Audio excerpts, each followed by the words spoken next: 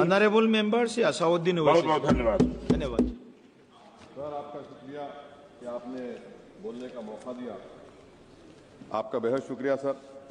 Sir, मैं इस budget की मुखालिफत में बोलने के लिए खड़ा हूं और इस बात को ज़हन-नशीन करनी चाहिए सर कि पिछले 25 साल में से 15 साल बीजेपी और एनडीए इख्तिदार पर है और यही बुनियादी वजह है कि आज एक ग्रेजुएट बेरोजगार है, किसान खुदकुशी कर रहे हैं, एमएसएमई बंद हो रहे हैं और चीन से बगैर इंपोर्ट करे हमारे देश का निजाम नहीं चल सकता।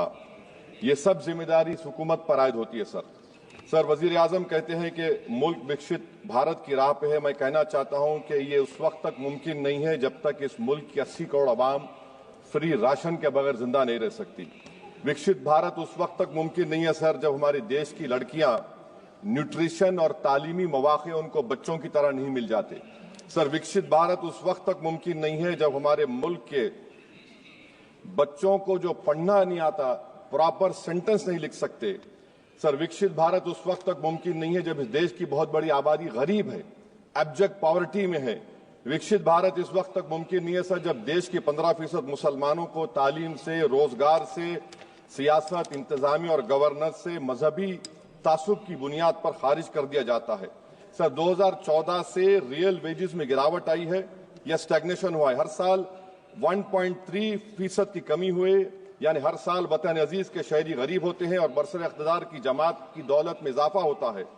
750 उन्होंने अपने नए पार्टी ऑफिस पूरे देश में खोले हैं और एक गरीब को पीएमएवाई में बगैर रिश्वत करप्शन के घर नहीं मिलता।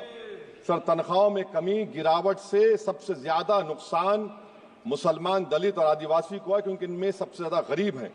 सर, मोदी हुकूमत ने इन तीनों तबकों के खिलाफ ऐलान जंग कर दिया। क्या मन की बात से एक औसत घराने को खाना मिलता है? सर, वजीर आजम ने हालिया आवाम को, जनता को मशवरा दिया कि खाने के तेल में कमी करने से जिस्म का वजन कम होता है। सर, मगर इस हुकूमत के मोटापे का अंदाजा लगाइए कि 2014 और 22 से मोदी हुकूमत ने एडवर्टाइजमेंट के ऊपर 3,260 करोड़ रुपए खर्चा किए। तो मालूम हुआ कि देश के प्रधानमंत्री मोदी जी एक एग्जाम वॉरियर भी हैं और एक डाइट कोच भी हैं। सर, खाने के तेल का होलसेल प्राइस इंडेक्स 2014 में 104 था, 2022 में 182 हुआ, 2024 में 145 होता है। ये पॉलिसी हुकूमत किसके लिए बनाती है? गरीबों के लिए नहीं बनाती, हम जानते हैं। सर, 80% भारत की आबादी माइक्रो न्यूट्रिएंट डिफिशियंसी है, सफर करती है।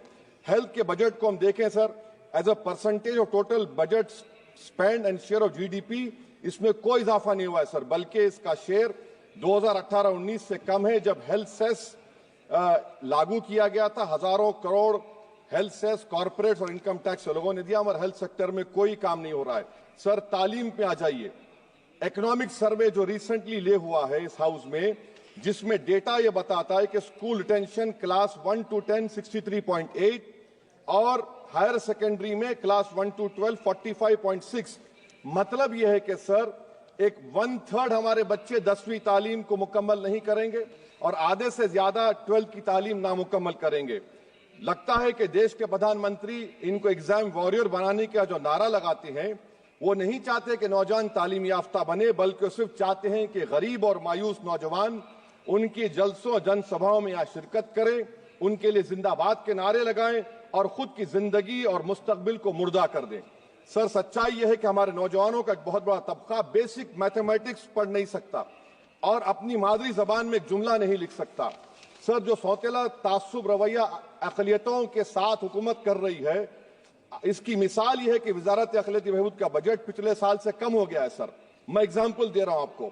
जो pre matric, post matric, MANF, free coaching, interest subsidy education loan है, एलोकेशन फॉर एजुकेशन एम्पावरमेंट में जबरदस्त कमी आई है। सर, पिछले साल 1575 करोड़ था सर, इस साल 678 करोड़ कर दिया गया है। सर, सेंट्रल सेक्टर की जो स्कीम्स है, जिसमें education, empowerment, skill development, PM विकास है, 2024 में 2120 करोड़ में से सिर्फ 770 खर्चा किए गए। सर, 2025-26 में उसको 1237 करोड़ कर दिया गया। सर, ये सरकार अक़लियतों को और खास तौर से मुसलमानों को मुकम्मल नजरअंदाज कर दी गई है। प्री मैट्रिक स्कॉलरशिप सर, पिछले साल 326 करोड़ में से 90 करोड़ रुपए खर्चा किए गए। पोस्ट मैट्रिक में इस साल 65% कमी कर दी गई, सिर्फ 413 करोड़। मेरिट कम मीन सर 33 करोड़ से 7 करोड़ कर दिया गया है। कौमी वक्फ बोर्ड तरक्याती स्कीम, शहरी विकास संपत्ति सर 2023-24 में 17 करोड़ में 8 करोड़ दिए गए, 1 करोड़ खर्चा हुआ। 2024 में 16 करोड़ सिर्फ 3 करोड़ रुपए दिए गए। इस साल 13 करोड़ रुपए दिए गए हैं।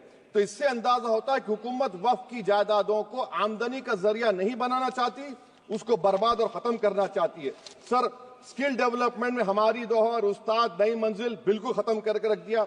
अब टेक्सटाइल इंडस्ट्री बर्बादी के दहाने पे आ गई सर। 2016 तक भारत में सबसे ज्यादा रेडीमेड गारमेंट्स हम एक्सपोर्ट करते थे, आज उसमें 14% कमी आई, बांग्लादेश हमसे आगे चला गया। सर मैं एक मिसाल दे रहा हूं, मालेगांव में पावरलूम इंडस्ट्री में जो रोजगार देते हैं, ना उस पावरलूम इंडस्ट्री के लिए ना उसमें लेबरर के लिए कुछ बजट में रखा गया है। RODTEP, ROSCTL में एक्सपोर्ट प्रमोशन की पॉलिसी नहीं बनाई गई। ग्रुप इंश्योरेंस और GIS को क्यों बंद किया गया इन पावरलूम इंडस्ट्री के लिए? और फिर सर PLI स्कीम के बहुत बड़े दावे किए जाते हैं। ये PLI स्कीम प्रो कॉर्पोरेट है, जबकि इसको प्रो माइक्रो होना चाहिए था। मालेगांव की पावरलूम इंडस्ट्री के लिए इंफ्रास्ट्रक्चर डेवलपमेंट है।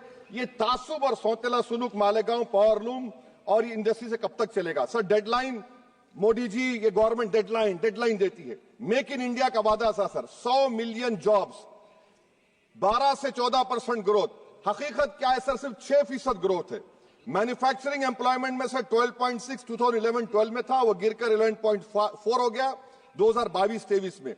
सर इकोनॉमिक यूरोपियन यूनियन की policy on carbon border adjustment mechanism EU deforestation regulation ये कहता है इसके ऊपर भारत का बहुत बुरा असर पड़ने वाला है। इकोनॉमिक सर्वे ये कहता है कि 9.5 बिलियन एक्सपोर्ट्स में कमी आएगी। क्या पॉलिसी है सरकार की? सर अनक्लेम डिपॉजिट्स देखिए सर, 2023-24 में LIC में 3,70,000 maturity claims are lying unclaimed, 880 crore के। EPFO 2023-24 में 8,500 crore is lying unclaimed in 21 lakh inoperative accounts. Is this being done deliberately to shore up the government supply?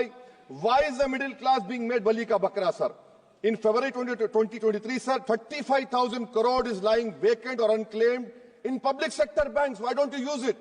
And sir, the travesty of justice is in PM Poshan, sir, a cook or helper gets only 1,000 rupees for 10 months. Why can't the government increase?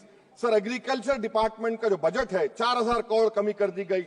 मैं आदाद और शुमार और एक study की बुनियाद पर कह रहा हूं कि किसानों की अगर आमदनी 100 रुपये है तो ये हुकूमत 12 रुपये लेती है। जुल्म नहीं तो क्या है? Sir India steel industry export किया 13 बिलियन और उसमें से 1.2 बिलियन हमने एक्सपोर्ट किया था स्टील एल्यूमिनियम US को। अगर ट्रंप 25% टैरिफ लगाएगा ये सिग्निफिकेंट बर्डन होगा इंडिया के स्टील एक्सपोर्टर्स पर और इसीलिए इंडिया मेटल इंडेक्स गिरा है 3%। सर क्या पॉलिसी है सरकार की? सर कंक्लूजन में अब आप देखें the revenue through income tax is set to increase by 4 lakh crore for BE24 while the corporate tax is only set to increase by 60,000 crore despite corporate profitability an all-time high while wage growth remains subdued. The share of income tax in total revenue has risen to 22.7% in financial year 19 to 33% in 25 while the share of both GST and corporate tax has declined. This means that it is still the individual taxpayers paying income tax that is funding the government while corporation get an easy ride, sir. In conclusion, sir, the state I come from, Telangana से मैं आता हूं, तेलंगाना की आवाम ने 8 MP BJP को दिए। एक project आप नेशनल प्रोजेक्ट नहीं कर सकते, पालमारू इरिगेशन प्रोजेक्ट को नेशनल प्रोजेक्ट नहीं बनाते, गोदावरी के पानी को लाने का प्रोजेक्ट आप नहीं देते, मेट्रो को नहीं देते, एक स्टील बायारा, मेरे 8 MP आपके जीत के गए। ये लगता है कि बेचारे वो कितने कमजोर हैं कि जिस रियासत से जीत कर गए वहां पर कुछ नहीं कर सक रहे हैं सर। तो इसीलिए मैं इस बजट की मुखालिफत में खड़ा हूं। इससे कोई रोजगार में फायदा नहीं होगा, विकसित भारत नहीं बनेगा। आप लाख बोल लीजिए, हम 12 लाख का बाजा बजाइए, मगर बाजू GST का एक चौकीदार खड़ा हुआ है चोरी करने के लिए। बहुत बहुत शुक्रिया सर।